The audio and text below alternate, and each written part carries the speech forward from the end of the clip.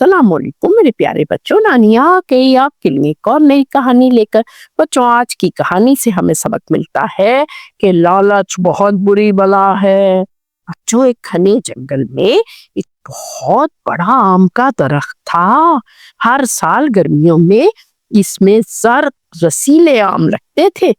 जंगल के जानवर इस दरख्त को अपना दोस्त दरख्त कहते थे, क्योंकि जब भी आम लगते तो सब जानवर मिलकर खाते। एक दिन वहां एक लालची कौवा आ गया। इसने दरख्त पर इतने ज्यादा आम लगे हुए देखे तो आंखों में चमक आ गई। हा हा हा हा, अगर ये सब आम मैं अकेला खा लूंगा तो कितना मजा आएगा। बाकी जानवरों की क्या जरूरत है। हा हा हा। वो फौरन दरख्त पर जा बैठा और एक के बाद दूसरा, दूसरे के बाद तीसरा आम खाने लगा, हत्ता के इसका पेट गोल हो गया। इस दौरान जंगल के सब जानवरों ने इसे बहुत समझाया।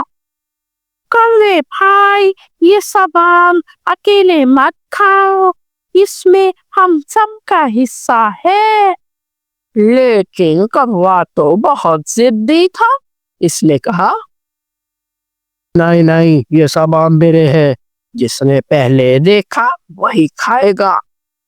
सब जानवरों ने कहा, लालच बहुत बुरी बला है। कुछ दिनों बाद कौवा इतना ज्यादा मोटा हो गया कि इसका पेट फूल गया। वो उड़ने की कोशिश करता तो धड़ाम नीचे जमीन पर गिर जाता। सब जानवर वहां जमा हो गए। खरगोश, तोता, बंदर सब हंसने लगे। हा हा हा, देखो जरा लालच कितनी बुरी बला है। कौवे भाई जमीन पर गिर गए। कौवा बहुत शर्मिंदा हुआ। फिर इसने सब जानवरों से वादा किया कि वो सबके साथ हर चीज बांट कर खाएगा। सब जानवर बहुत खुश हुए। इसके लिए गाने गाने लगे, दोस्ती में है मजा, बांट कर खाने में है खुशी।